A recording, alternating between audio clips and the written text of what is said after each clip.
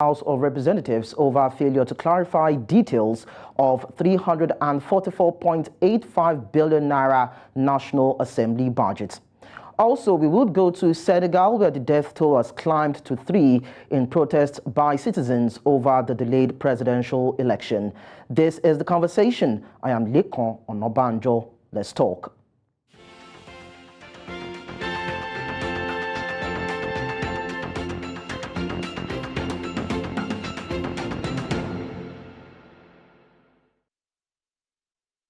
Now, the Socio-Economic Rights and Accountability Project, known as SERAP, has filed a lawsuit against the Senate President over the failure to disclose, clarify, and explain the details of the National Assembly budget of 344.85 billion naira and the rationale for several budget items, such as the 6 billion naira budgeted for 2 car parks. According to SERAP, opacity in the spending of the 344.85 billion naira National Assembly budget would have negative impacts on the fundamental interests of the citizens and the public interest. Now, Kolawole Oluwadare, who's the Deputy Director, SERAP, joins me on the conversation this evening. Thank you so much for joining us. Thank you very much, and good evening. So let's start this way. Like some agencies of government, the financial activities of the Nigerian National Assembly have always been shrouded in secrecy. So is that constitutionally right? It's not. It's not. But again, we need to understand the context.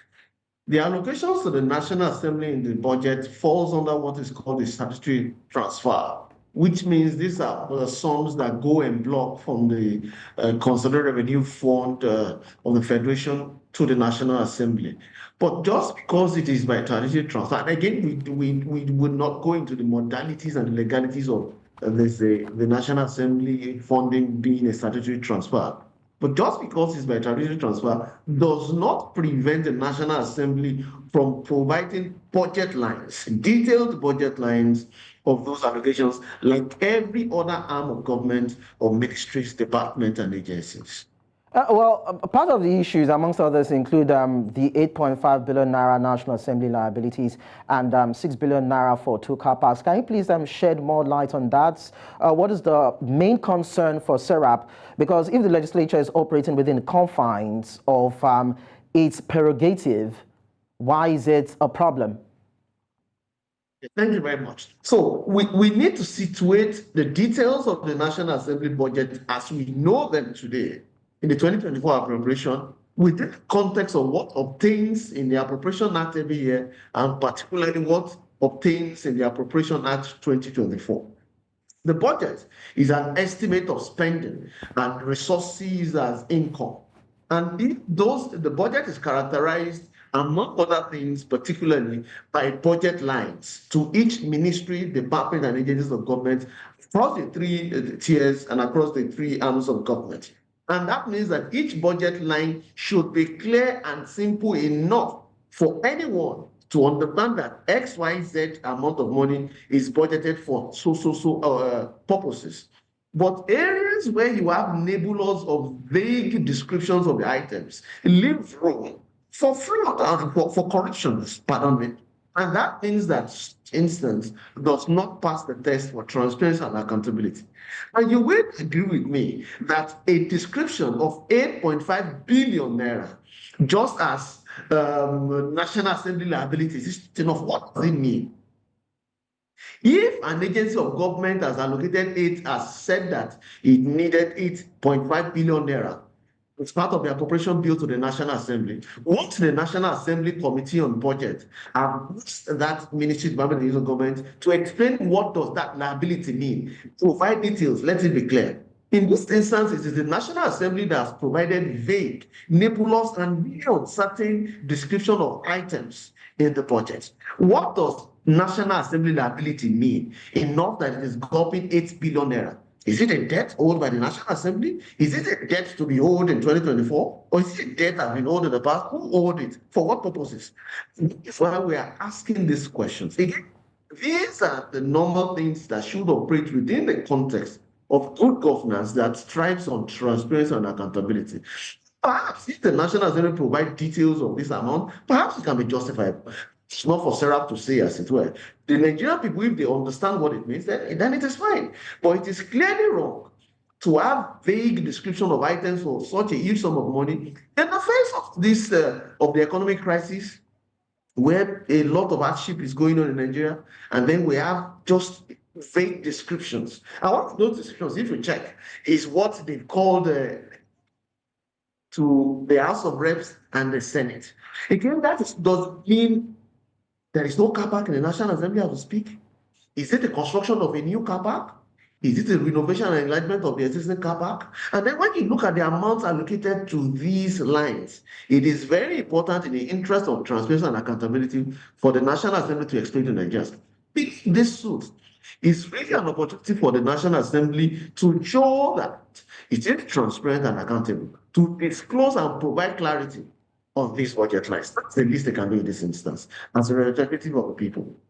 So it's quite interesting at this time that SERAP would be requesting for details of these particular sum to be spent by the National Assembly. But a lot of people would draw or raise eyebrows as regards SERAP's ability, power and influence to question what it is that the National Assembly is trying to do. Why? It's because there have been several probings and several matters being taken to court by SERAP that a lot of them have been inconclusive, and we've not really seen any concrete decision being taken by the court as regards some of these allegations coming from SERAP. So what would make these a difference from the different allegations and different court proceedings that SERAP has initiated over time when it comes to accountability and transparency? Thank you very much. Just to clarify, this is not an allegation, and our advocacy initiative over the years are not allegations. They are legal advocacy based on facts and on laws. Basically, holding up the Nigerian government to the standard of laws that we have in Nigeria and the treaties and conventions that Nigeria has signed on to. That is what we do. And in this instance, SERAP is just doing its job as a citizen of Nigeria to ensure that the National Assembly complies with the land, among which is the Constitution and the Freedom of Information Act. This suit is predicated on the Freedom of Information Act, by the way, which compels, and I'm talking of the FY Act, it compels the National Assembly to proactively disclose information to any Nigerian citizen, including SERAP in this regard. And that upon request, which we have done, if such an agency of government refuses, then we can go to court. That is simply what we're doing. It is not an allegation. It is a refusal of the National Assembly to provide the information that perhaps raises issues of lack of transparency and accountability.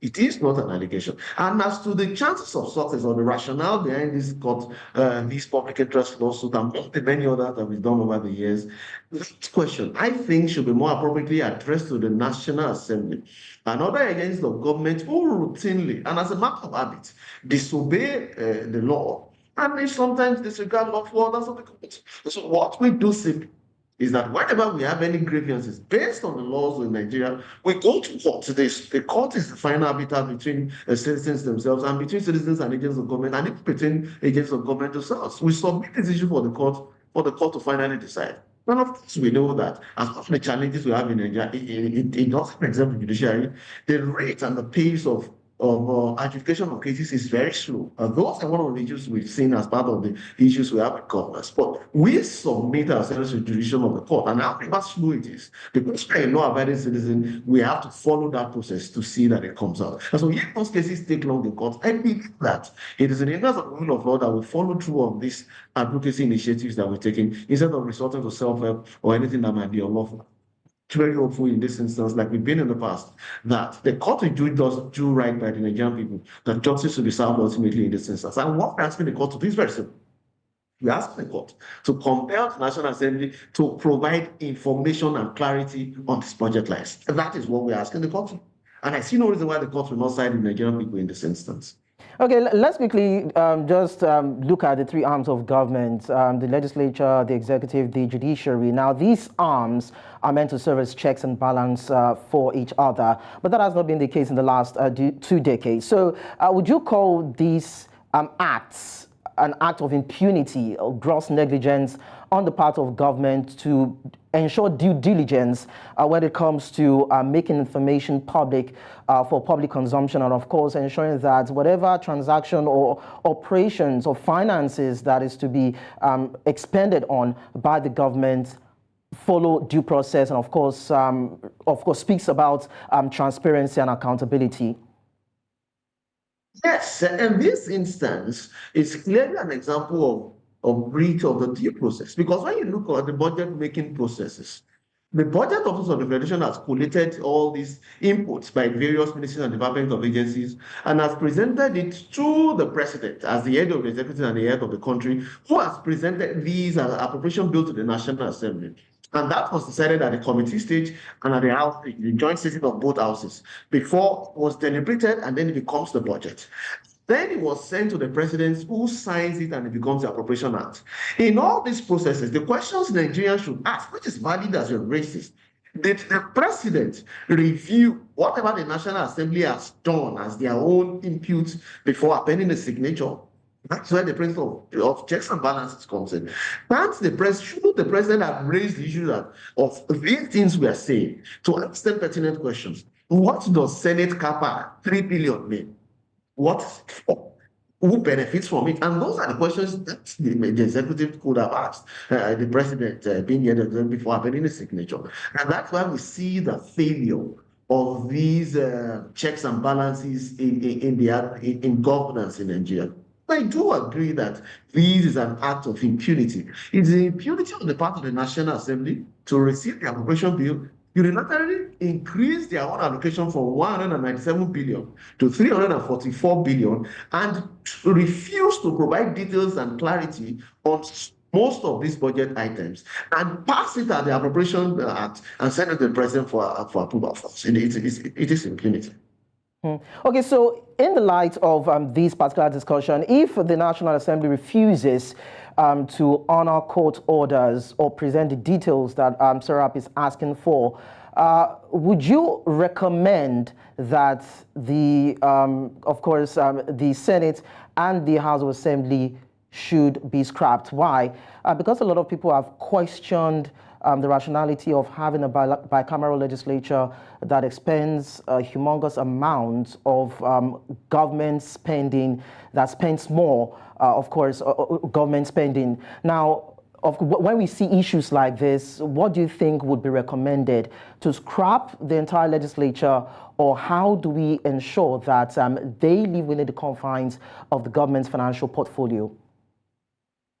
There is no need to scrap the National Assembly. That cannot be the solution. But we've seen this happen over time, and the notion is that probably these actors are above the law.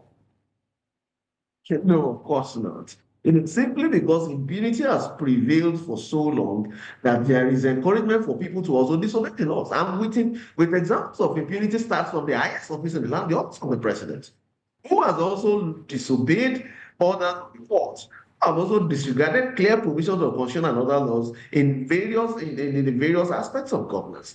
There are judgments that SERAP has obtained effectively against the federal government that the president is yet to obey. So it does not set the stage for National Assembly members and state governors and the state of assembly to disregard some orders of the court. So that impunity is what has led us to where we are. And to begin to do a U-turn is simply for public institutions to obey the rule of law, starting from the president. That gives them the moral and the legal right to ensure that people comply and obey the law. Scrapping the National Assembly is not the solution. The laws we have are not perfect, but they are good enough, as it were, if we put a lot of effort into obeying those laws. And that is where the buck stops at the president's table. He is called the commander-in-chief for a reason. He is the head of the executive and the head of government for a reason. Because he has the powers to enforce these laws, and he also has that moral duty to obey the law. That is why he swore a note of office, to ensure that he obeys the laws in the public interest and not in his own personal interest. And that impunity has culminated over the, of course, it didn't start today, over the years, and that has led us to where we are. So the solution is also for public institutions from the president to begin to really operate constitutional democracy, obeying the rule of law, the laws as we have them, and things will begin to change. Now, Kolawole, the ruling party the ruling party has the majority of legislators in the National Assembly. So when we have a situation like this, does it show in a way that the National Assembly is a rubber stamp to the executive and vice versa? I would not say that they are a rubber stamp. I would say that the impunity and the malfeasance in governance that we've seen in the executive is also practically manifest in the legislature. So it is not about whether they approve the actions of the executive. It is because they copy and imitate the actions of the executive. And that is where the issue lies. It is more about the impunity that we've seen in the executive also manifested in the legislature, not necessarily because they approve on check the actions of the executive. I'll give a very clear example. The unilateral increase of the budgetary allocations to the National Assembly by the National Assembly itself without any kind of executive oversight. Why would the National Assembly increase its own allocation from 197 billion to 344 billion without any kind of input from the executive? Pass the law and send it back to the president, or also sign it. So it is not about one agency, one arm of government being a rubber stamp. The impunity and the law these are statutory provisions for the legislative arm of government, and if it would help them perform their duties efficiently and effectively, why should that be a problem? What do you mean? You mean the statutory provision for them to increase their allocations? The law does not envisage that the National Assembly, as part of its powers in receiving the budget and passing the budget, will increase its own budget. Don't forget, the president presenting the budget in the National Assembly has provided a budget line for the National Assembly of 197 billion naira. Through the office of the Budget Office of Federation. That figure was not picked from the sky. There is the rationale for that figure. Why the National Assembly on its own now add to its budget? Don't you think that is dangerous? It simply means that the National Assembly can do whatever it likes, and there is no oversight for it. Okay, now let's still look at this particular issue of the amounts. Now, 344.85 billion naira is what the National Assembly has budgeted. And of course, like you have mentioned, there seems not to be a clear cut or rationale for allocation. And this has gone on for years. Now, SERAP has taken the arm of government to court. Do you trust the judiciary to invoke the Freedom of Information Bill that you mentioned earlier over this matter? Yes, of course. I'm a lawyer, and I believe in the instrumentality of the rule of law in the judicial arm of government in settling issues and disputes and even differences of opinion, and in also compelling either individuals or public or institutions to obey the law. That is why we bring those issues before the court. We believe in the judiciary. There are issues. There are various issues of governance in Nigeria that does not exempt the judiciary. But we believe that is the way to go. We cannot accuse the government of breaching the rule of law and then correcting the government. We also breach the rule. We trust the judiciary to do right in this. For examples, the court has given judgment in favor of SERAP a lot of times. It is only because the executive arm of government has refused to obey these orders. That's what we believe. The same federal court in Abuja has given us a judgment in 2022, compelling the government to disclose how they spent the CCTV loans they got from China to install a security infrastructure in Abuja. The same federal court in Lagos has compelled the Nigerian government to tell Nigerians how much they recovered so far from their Abacha loan and how they spent those funds. The same federal court in Lagos in 2019 had given judgment, compelling the government, the Attorney General of that day, which of course still includes the Office of the Attorney General, to challenge the legality of state pension laws and to recover those amounts. We have more than 11 judgments pending against the Nigerian government that is yet to obey.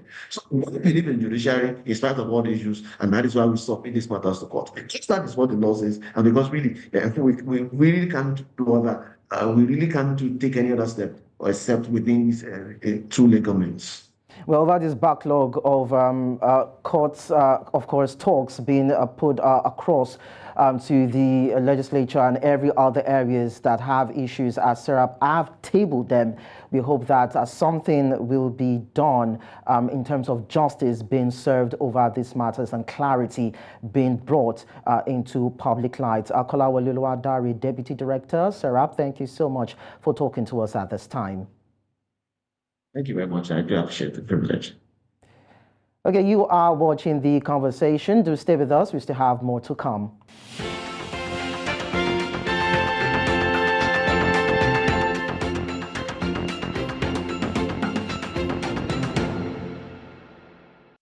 You're watching The Conversation, and at this time, we tell you that Senegal, long hailed as a beacon of democracy in coup-plagued West Africa, teeters on the brink of instability as protests rage against the postponement of its presidential election. The highly anticipated vote, originally set for February 25, 2024, was abruptly pushed back to December 15, 2024, igniting fury among citizens and opposition leaders who suspect President Macky Sall of clinging to power. Now, clashes between protesters and police have turned deadly, with at least 3 people confirmed dead as of Sunday. The air in Dakar and other cities is thick with tear gas and apprehension, fueling fears of escalating violence and prolonged unrest. At this time, Ibraim M Khan, lawyer and human rights activist, joins me to discuss this further, and of course is talking to us from Dakar, Senegal. Thank you so much for joining us on the show. But thank you also for having me today. So President Macky Sall of Senegal justified the postponement of elections, citing electoral disputes. Is his action backed by the Constitution? Well, the Constitution Council has to make a decision probably this week. We are expecting a decision by Thursday or Friday. But I don't think that the Constitutional Court will decide in favor of the president, because as many academics have shown in articles published this weekend in the newspaper, the jurisprudence of the Constitutional Council really state that they have to look at that law in line with the provision of the Constitution. And as you know, our Constitution has provision that cannot be changed at all. And among those provisions that cannot be changed is the duration of the tenure of the President of the Republic. These changes that the government introduced last Monday in the new Constitution are necessarily extending the tenure of the President for more than 10 months. Probably even 1 year. That is the contentious issue, because the president time in power is provided for by the Constitution itself. His mandate has to end by the 2nd of April, 2024. Now, the Constitutional Council will decide by Thursday if really that is the case. Okay, I agree. This tenure would have to end by April, but then let's quickly look at the morality behind the decision he took. Now, Sall cited the dispute between the Parliament and the Constitutional Council over potential candidates being barred from running. And he said that there are discrepancies and issues and omissions with the lists of candidates that are meant to run for the presidential election. So isn't that a president trying to ensure fairness on all sides? Well, when you look at very closely what is at stake really in this particular situation, it's not really the case regarding the dual nationality of one of the candidates. It's not even the case regarding the other woman who also has hidden her candidate, her nationality, which was discovered later. In fact, the president didn't want this election to take place in February 2025. So they were looking for any argument, any information that could help them to do so. And they used this accusation against two judges of our Constitutional Court, accusation that the president believed are so serious that he needs to use extraordinary power given to him by our Constitution to try to deal with the matter. He even mentioned in his speech that we have a really institutional crisis in the country. But now, when you look at very closely those accusations, and the person who was accused, I forgot to mention this, is our current Prime Minister, who is at the same time the candidate of the coalition in power for the presidential election. So the president decided to enact that provision of the Constitution. But when you look back, one of the candidates who is now in prison, he was sent to prison because he accused some judges from being in favor of the state. And that person, of course, coming from Usman Sonko's party, is still in prison. The prime minister is accused of having committed more serious crime. He's still in power. And even last week, the president said he's so happy with what he has done that he will continue to support him. So, and then you ask the question, but why the president has done this? Because if the issue was accusation, so the prime minister would have not been in his position. I think they just use that accusation as an opportunity to do what they do, to change the date of the election and to really postpone the election for 1 year. Because, and that is also very important for the people to know, there were rumors that the current candidate of the ruling party, our prime minister, is not really going to win the election. If the election were organized on February 2025, it was going to be won by the candidate presented by Sonko's party. Are there any probably trajectory or anything that points to the fact that the ruling party would lose its influence and lose the election? Is there anything that reads or shows? Yes, they did polls. You know, they love to do those polls almost every month, every 15 days. But you said it yourself that you said it yourself that these are just rumors. Yes, but there were rumors within his party, but there was also polls because the reason I'm saying those polls because one of the ministers has resigned, and by resigning, he was accusing the government by just using those information collected by groups that are making polls to make a decision regarding the state. So which comfort the idea that the decision was taken not because there was a crisis, but because there was a likelihood that the ruling party was going to lose the election. And this is why one of the reasons for all this drama in the country, creating not only a big political crisis in the country, but people, as you rightly said at the beginning of this program, people losing their life. Just on Saturday, 3 young people, 1 student, including 2 students, in fact, have lost their life.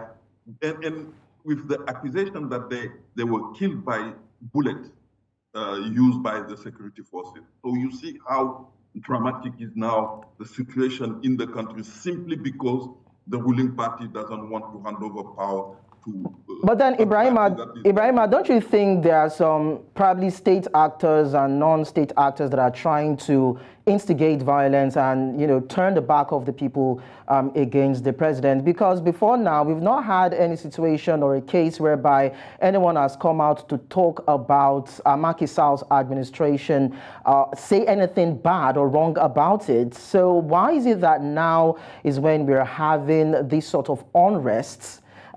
Because an election is coming up, and you know the feels we're getting is that there are some people who are fueling and you know trying as much as possible to instigate violence and cause a discord between the people and the president. Well, maybe you are not following the Senegalese politics. For the last 3 years, there was unrest in Senegal. In fact, the unrest started almost at the end of the COVID-19. Do you remember when the leader of the opposition, Usman Sonko, was accused of having a relationship with a woman and he was even accused of raping a woman and was arrested, and people went out, destroyed everything, you know, petrol station, shops and other stuff, and the government was even forced to release him at that time. Since then, the Senegalese political situation is not stable. And to tell you why, you know, there is a trend in the country. Last year, local election, legislative election were both lost by the coalition in power. So this trend was going to be confirmed by the election, by the presidential election. And that's why the president, using his authority, using the position that he has in power, because he's in control of everything, and the president is using those powers to really stop the people to exercise not only their right, but also to have the will confirmed by the ballots. But that is not happening, and that's why also Senegalese are now outside trying to do everything, not only to restore,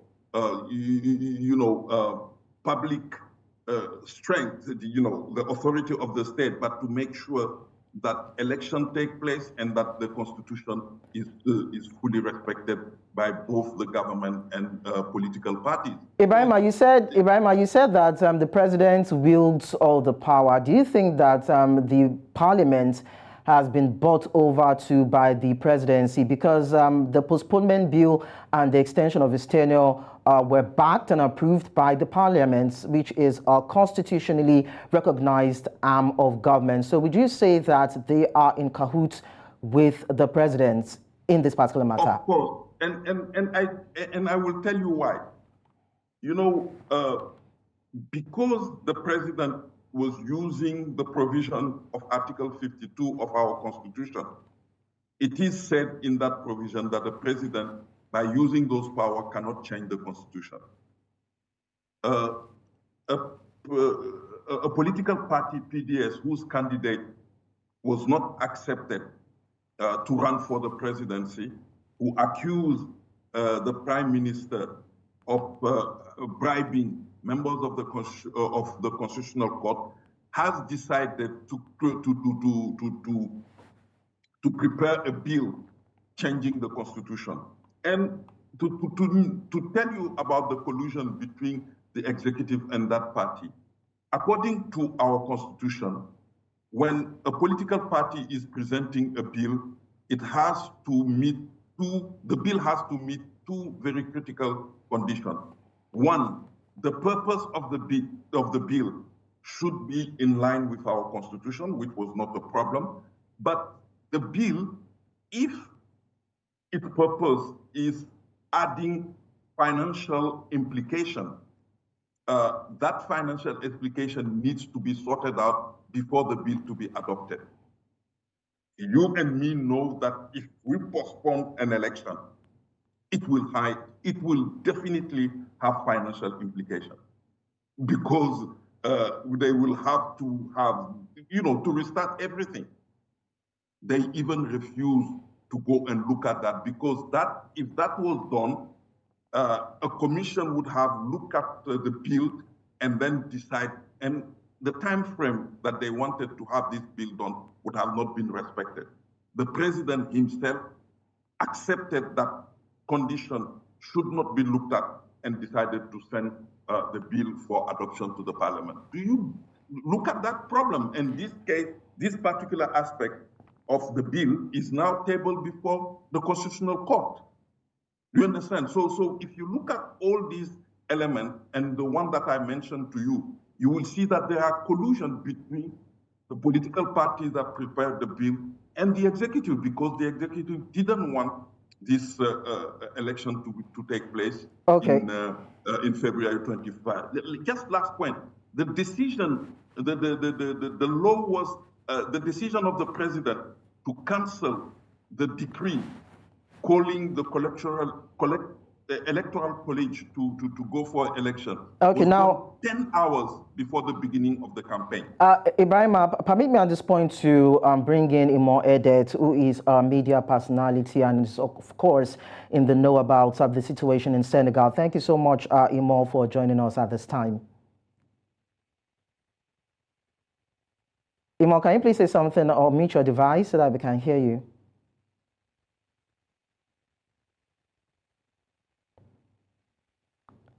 Imo, we can't hear you though. All right, is this better? Okay, yes, we can hear you now. That's nice. So from what we've been discussing so far, it seems as though, according to Ibrahim anyway, that what the president of Senegal is trying to do is to buy time for his own preferred candidate, that is the current prime minister of the country, to step into power after the expiration of his own tenure that should happen by that, of course, necessarily should happen by April. So when you look at all the situation and what the president has said, which is to ensure that the electoral umpire in the country dots its T's and crosses all its I's to ensure that no one is disenfranchised and everyone is well represented, looking at the candidates for the opposition parties that should contest in the election, that is the rationale why he had to postpone the election. So what do you make of these? Well, I think, first of all, thank you for having me. And it's also good to be with Mr. Khan. He's a friend of the house. And it's good to see him on the television there in Nigeria. Well, I mean, there couldn't be less true than what Mr. Khan has mentioned over time. We know the politics that President Sall is playing. And it's not just affecting the indigents here, but also foreigners who are wondering, you know, this country that has enjoyed democracy, that is seen as a beacon of democracy over the years. In fact, when you talk about democracy, Senegal is one country that everybody wants to identify with. But it is surprising over the years, the last 2 or 3 years, which I have witnessed, the tension in the country has been something else. And like you mentioned, this really has been building up. So it's not a today thing. It's something perhaps the president has carefully planned. If you people don't want me to go for a third term, then there has to be another strategy. But he has come out to say that he's not running for a third term. No, I'm not saying he's running. Yes, okay. I understand you clearly. I'm not saying he's running. But for the fact that I'm referring to him telling the Senegalese people, if you don't want me to run for a third term because there was a referendum of some sort, well, I will somehow find a way of still being in power.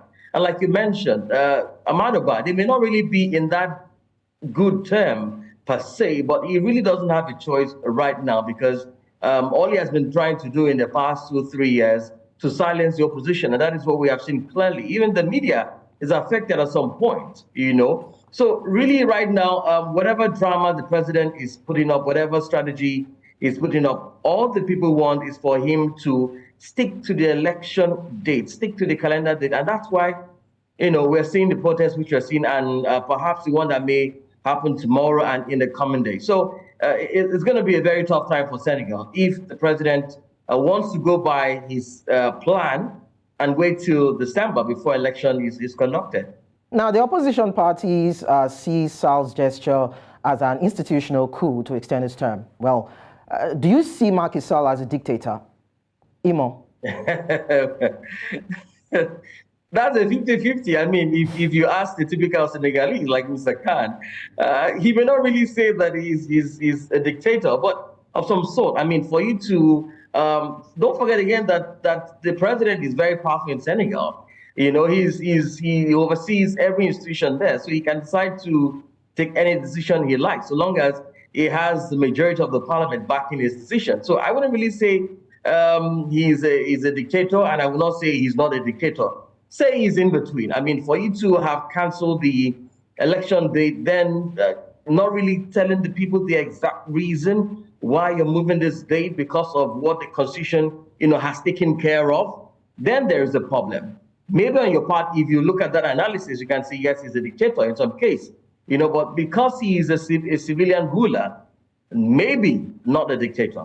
All right, let me go back to Ibrahim. Now, the president has been taken to court, and more than a dozen of opposition candidates have appealed to Senegal Supreme Court to overturn the delay. Now, if that is not done, he will be able to stay in power maybe until the end of the year or down into 2025. Do you think there are enough legal grounds to overturn this particular decision that Macky Sall has taken? Definitely yes.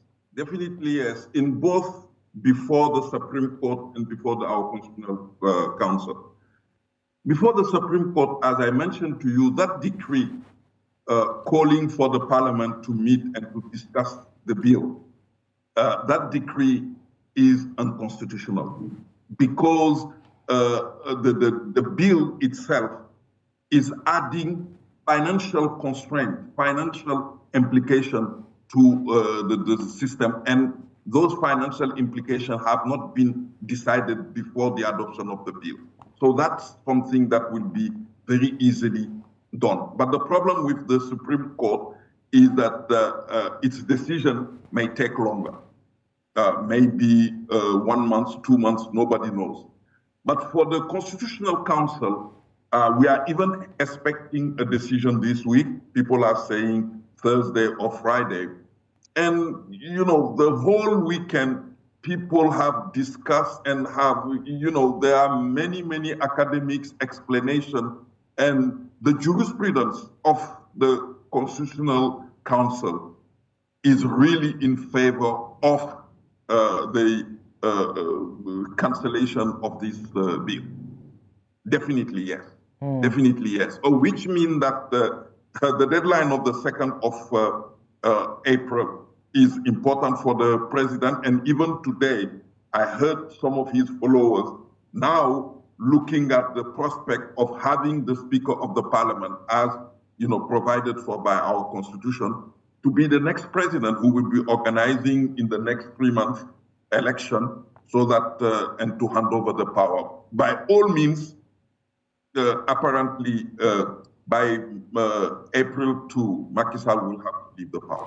Okay, Imo, this seems dicey. Yep. We are not too sure what the Supreme Court will say, what the determination will be in the next few days. But then ECOWAS and the US have urged the presidency to return to the original electoral timeline. What might happen if he refuses?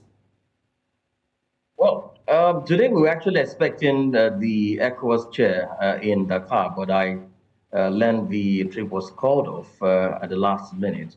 Perhaps it's what you've mentioned. They need to also talk to President Macky Sall to respect his time respect his time when it elapses, and also to ensure that the country doesn't fall into turmoil. There have been several calls by international community, like you mentioned, the US, the EU, the African Union, the ECOWAS, and the president himself knows what is at stake. He knows there may be more trouble if the ruling doesn't go in the favor of the people. There may be more death, which, I mean, we have seen 3 already. We had more 2 years ago, so he wouldn't want all of that to happen.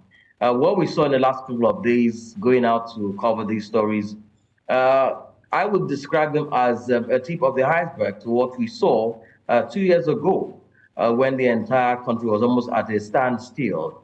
And I'm very sure the president wouldn't want all of that to repeat itself. So the ruling is very important, and it has to also take into consideration the some of the documents presented to it, the fact by the those that are involved in it, the candidates itself, and all of those process. And clearly, like I'm sure Mr. Khan has mentioned, there are provisions in the Constitution that can take care of these irregularities, like the president mentioned or gave as part of his reasons for pushing the election forward or canceling the election. And for him to want to interfere, I think then something is wrong somewhere. So the ruling is very important, and I hope that ECOWAS will find time and come in, have the discussion, and like Mr. Khan mentioned, perhaps we may see April 2, the president stepping down and allowing the head of the parliament to be the interim head till when an election is conducted, because there may be serious consequences if the president doesn't step down on April 2. I mean, we are out there on the field and we know what the people are saying. We hear what they are saying.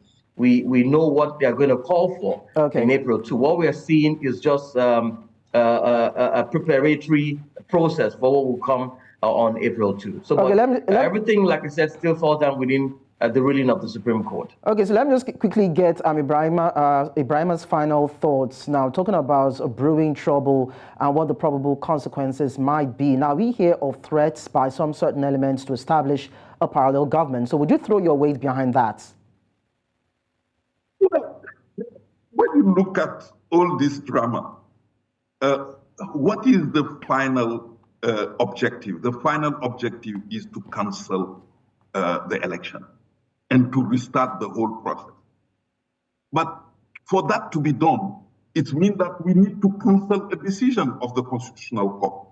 Our Constitution says that the decisions of our Constitutional Court are final and nobody can take them to any court.